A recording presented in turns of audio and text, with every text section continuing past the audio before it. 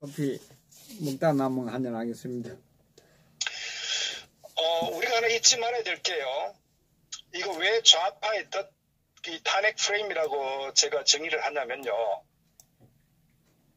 이 탄핵은 첫 단추가 잘못 끼워진 겁니다. 우리가 첫 단추 잘못 끼면 아무리 마지막 단추 끼우려고 안 맞습니다. 그 뜯어버리고 처음부터 다시 해야 되는 거예요. 예. 자, 제가 왜 이 말씀드리냐면은,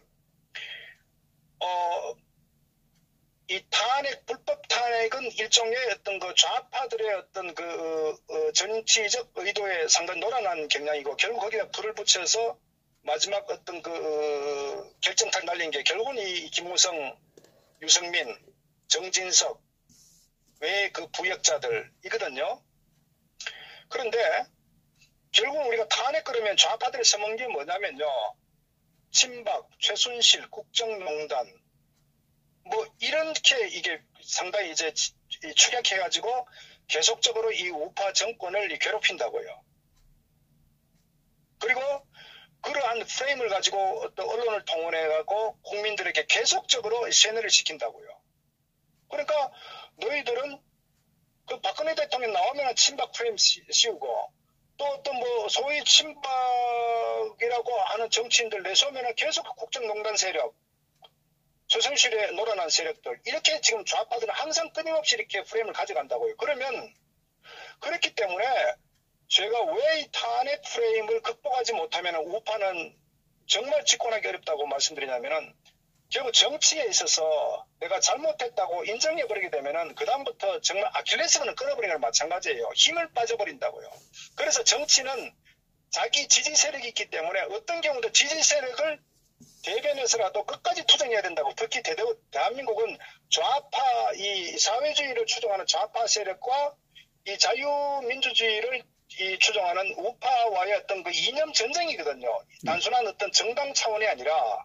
그렇기 때문에 이 탄핵이란 것은 결국 좌파의 프레임에 완전히 더 씌워졌기 때문에 여기에 대해서 우리가 탄핵을 인정한다 하는 것은 수십 년이 흘러도 우파가 집권하기 굉장히 어려운 어떤 그 정치적 구조에 빠져버린다고요.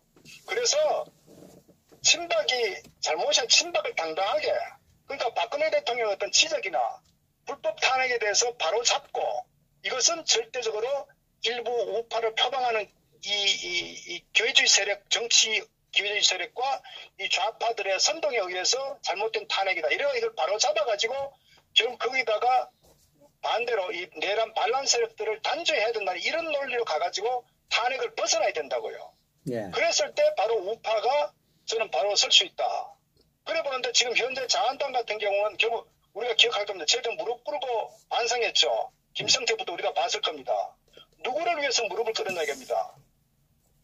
좌파들한테 잘못했다고 꿇었겠죠. 그러니까 미친놈들 그러면 좌파 정당으로 가야죠.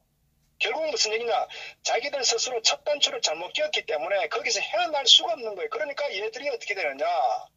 그러니까 탄핵 주동자들 자꾸 이 당으로 불러들이고 색깔을 친박을 지우면서 자기들 정치적 생명의 연장을 위해서 탄핵의 정당성을 자꾸 만들어 가려고 하는데 바로 그것이 이해찬이나 이 좌파 종북 세력들이 노리는 탄핵 프레임이라고요. 거기에 그렇게 할수록 탄핵 프레임이 견고해진다고요. 그러면 결국 뭐냐면은 박 대통령과 우파 소위 세력들은 계속적으로 국정농단 세력으로 최순실과 더 씌워가지고 이렇게 계속 몰락을 가게 된다고요. 이거를 깨지 않으면요. 우파는 절대적으로 회복하기 어렵다. 그렇기 때문에 제가 드린 말씀은 이 정치적, 정치공학적 접근할 게 아니라 원칙론적으로 잘못된 거에 대해서는 밝혀가지고 거기에 대해서 가담했던 세력들은 단죄를 해야 된다. 그래야 국민들이 이게 잘못됐고 속았구나 해서 그게 역으로 좌파들을 정말 공격하는 비판하는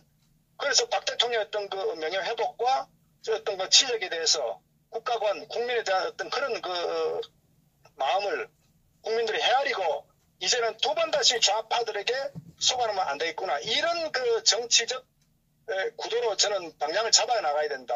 그렇지 않고 계속적으로 탄핵을 인정하는 형태, 소위 말해서 오세훈이나 나경원이나 이런 김무성, 김성태 이런 양아치들이 계속적으로 활개를 치는 상황을 놔두게 되면은 결국 뭐냐면 친박이라는 프레임을 계속 거쳐가 친박 이꼬르 탄핵 국정농단 세력 이렇게 가는 거예요. 이게 이렇게 되면요 영원히 정치 재기가 불가하다고요.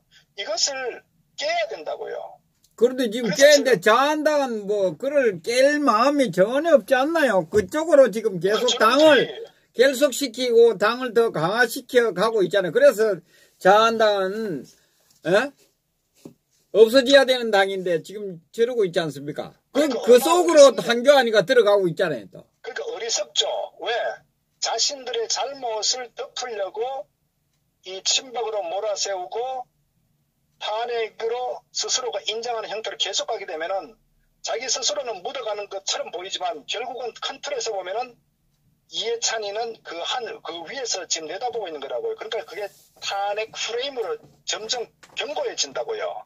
그러니까 저들이 소위 자한당의 탄핵 주동 세력들이 탄핵의 정당성을 인정할수록 결국은 집권 내지는 이 좌파들의 프레임을 절대 벗어날 수 없다. 결국은 자기 스스로 자멸하는 길이라는 얘기죠. 그래서 이런 부분에 대해서 탄핵 찬성과 반대, 이 진실 규명에 대한 정치적 전공법으로 가야 그나마 희망이 있다. 저는 그것을 꼭 말씀드리고 싶은 거예요. 소위 말해서 최근에 뭐 반문이다. 또는 우선 우파 집권이 우선이지. 천만에요. 그렇게 해서는 절대 우파 집권될 수 없습니다. 법이란 게 왜 존재합니까? 사회에서 양심과 도덕과 정의란 게 왜 존재합니까? 결국은 잘못된 것에 대해서 비판하고 단죄를 해야 사회가 건전해지는 거라고요. 그런데 잘못을 했음에도 불구하고 우선 급한 게 따로 있으니까 그래 일단 묻어두고 다음에 우리가 시시비 발휘자. 이렇게 되면요. 결국은 사회가 얄팍하게 되고 사회가 병들고 부패해지고 바른 마음 바른 행동을 하는 사람들은 전부 항상 손해보고 결국 당하게 돼 있다고. 사회가 이렇게 하면 안 되는 거예요. 지금 현재 소위 반문으로 가자. 일단 뭉치자. 문재인을 우선 극복하자. 이런 논리가 바로 정치공학군들의 어떤 그런 노림수고 술수다. 그것은 바로 이 탄핵 주동자들의 면죄부를 주는 것이고 대한민국을 망국으로 정말 정의를 완전히 사라지게 만드는 가장 저는 아주 사악한 그런 어떤 정치적 궤변이다 이렇게 봅니다. 그래서 앞으로 어떤 논평가든 어떤 정치 모사꾼이든 간에 소위 말해서 문재인이 우선이다고 하는 것은 정말 언어도 아니고 좀 궤변이다. 막말로 친박 그 당시 우리가 이 새누리당이 있을 때 뭔가 지지가 부족했습니까? 이 권력, 우리가 여권이면서 권력을 갖고 있었음에도 불구하고 당했지 않습니까? 결국은 저는 정도로 가고 원칙으로 가는 게 대한민국 나라를 바로 세운 기다. 저는 그걸 꼭 좀 말씀드리고, 그래서 저는 강력하게 어떤 경우든 타협하면 되지 않는다. 저는요, 결과가 어떻게 나오더라도 우리는 이 투쟁은요, 역사의 어떤 기록된다고 봐요. 우리가 단종의 사육심이 있지 않습니까? 예. 단종 포기하려고. 그래, 그분들의 어떤 정신을, 충신을 우리가 높이 기록하지 않습니까? 비겁하지 않았잖아요. 자기 목숨을 던지더라도. 그러니까 현대 기회주의 세력들이 많은데, 저는 많은 애국 국민들, 진실을 찾기 위해 투쟁하는, 저는 이런 투쟁의 정신, 가치는 저는 역사의 길이길이 저는 평가될 것이다. 저는 그걸 좀 강조드리고, 결과에 연연하지 말고 항상 원칙과 정도로 저는 갔으면 좋겠다는 것을 말씀드립니다. 예, 감사합니다. 네, 감사합니다. 네. 예.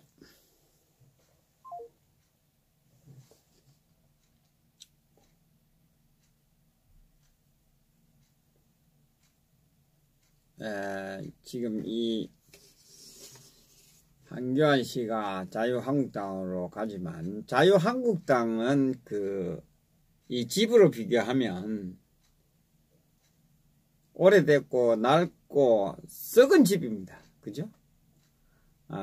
습가리 하나 갈고 뭐 기둥 하나 간다고 해서 집이 온전할 수가 없는 것이 바로 자한당입니다. 자한당은 바로 허물고 새롭게 집을 짓든지 새로운 집을 지어야 됩니다. 자한당은 반드시 해체되어야만 이 대한민국의 보수파가 살아날 수 있습니다. 그렇지 않고는 계속 계속 된다면 보수파는 저는 괴멸된다고 봅니다. 그리고 다행히 새로운 집을 지은 대한애국당이 있습니다. 자한당을 해체되고 새로운 집으로 오는 것이 맞다고 저는 봅니다. 좌파본부 자한당 우리 김동수 박사님의 논평 감사드립니다.